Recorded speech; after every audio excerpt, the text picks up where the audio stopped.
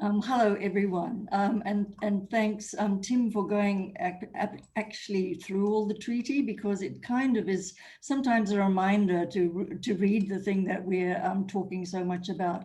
Hello, everyone. I'm originally from Fiji and was part of the Pacific anti-nuclear movement in its early stages.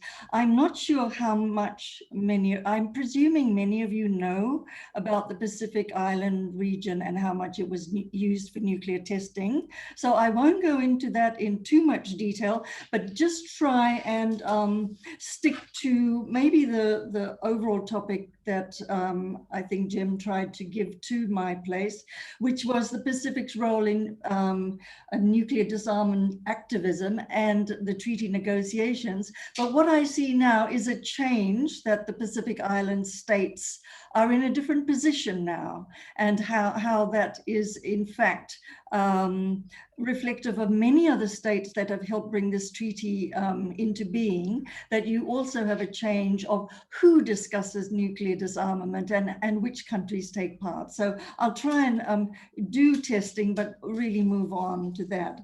So by the Pacific here, just to be clear, I of course mean the Pacific Island states that occupy that great expanse of Pacific Ocean, which we normally think is empty.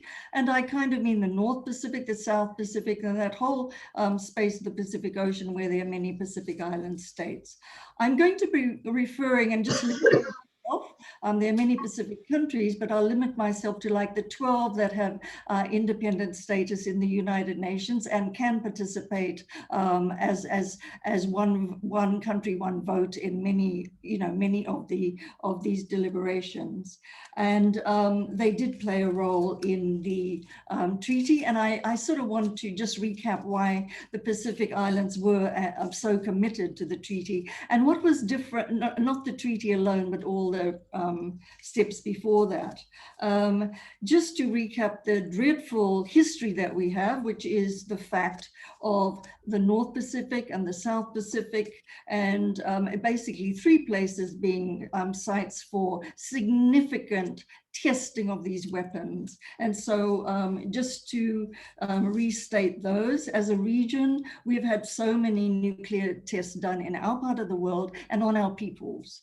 And so the more significant beginning was the UN Trust territory after the war that was in the United States' hands. And what did the first thing it did after the actual bombings of Hiroshima and Nagasaki was to continue to develop these new weapons. And they were developed there in the Marshall Islands, basically amongst the Pacific peoples. So the three main areas of nuclear testing in the Pacific were the Marshall Islands for the United States test, Christmas Island and other atolls in now present-day Kiribati, which the UK used for tests, and the US also participated. They were allies. Late in the program, you will have reference to the Australian test, so I won't bring that up.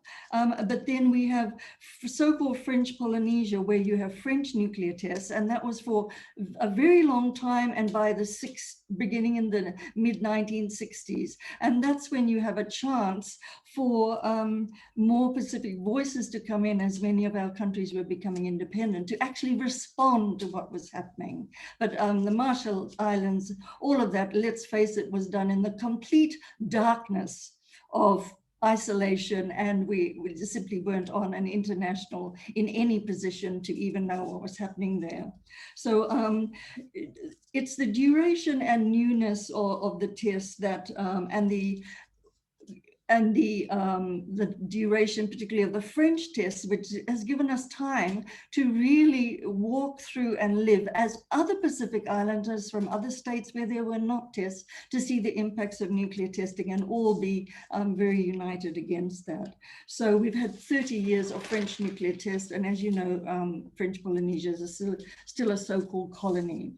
This gives us a chance to look at the impacts of testing, and I will just do these in categories because it's very relevant to what, when Bonnie speaks later on victims assistance and environmental remediation, we are one part of the world, but of course there were nuclear tests of these weapons done in so many parts of the world, and these are all common impacts, meaning the consequences that one can see apart from the bombing of Hiroshima and Nagasaki.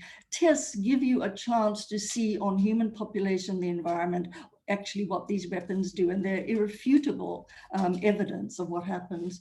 So I'm just going to list some of them as part of categories of impacts. There's dislocation. People literally move and never go back to where they once belonged. And even if they do go back, the land is contaminated and you can't stay there ever again, even if you want to. There's loss of lands and islands in the Pacific case, lands in other people's cases.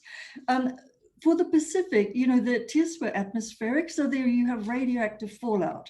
We're also part of the ocean, so the fallout also in our case is particularly, it goes into the water and into the food source and so on in a different way. Health impacts that move the Pacific peoples across the board from all the other Pacific countries, other than test sites. It's knowing what would happen to us as peoples, but even to those at the test site, that I think really galvanized a response to nuclear tests. And the difference now is we have a response to the nuclear weapons of them. So those impacts are still relevant to what we're talking about, which is a prohibition of these weapons. The health impacts are basically horrendous forms of illness and disease, particularly cancers, genetic damage, which can be to the newborn, to the unborn, and then to future generations. And we have seen that. There are witnesses that you have from the Pacific.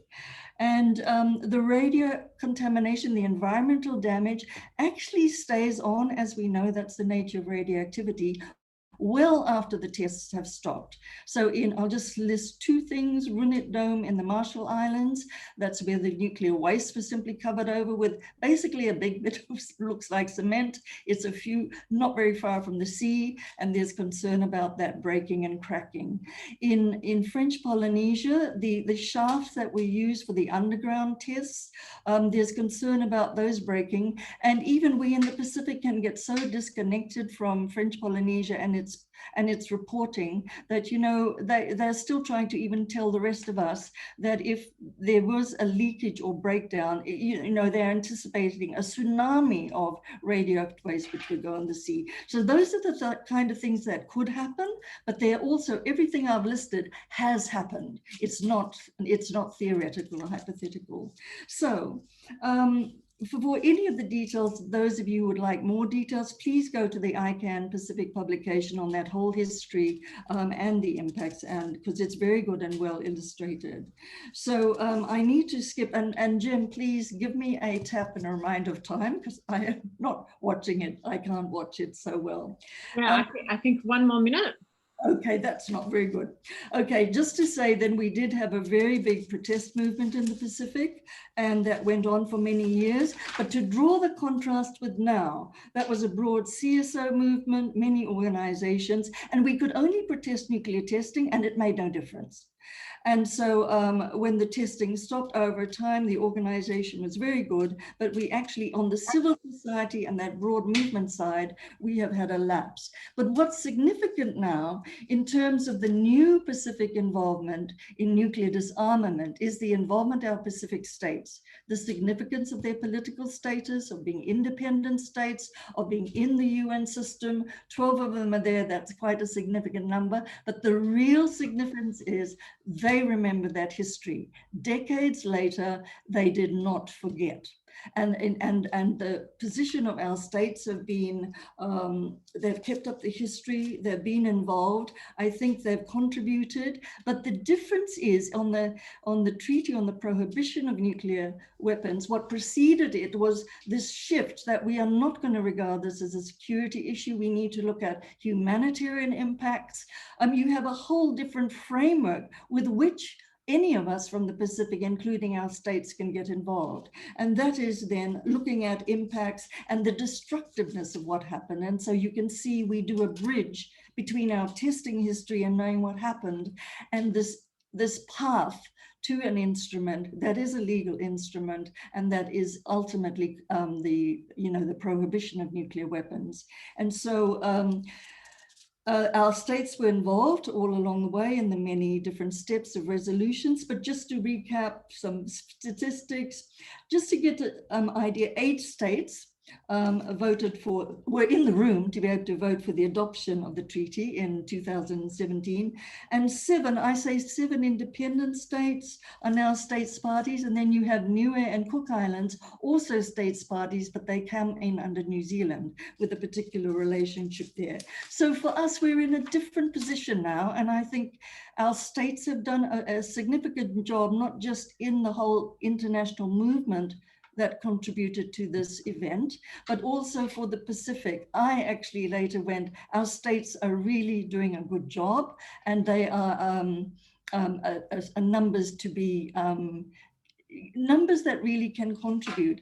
And I do want to say that with New Zealand, we have 10 countries from the Pacific and 9 Pacific Island states that were of the first 50 that helped bring this treaty into force, in the entry into force. So now to think of them as states parties there, they do have a new role that they can play in the nuclear disarmament arena. So thanks very much.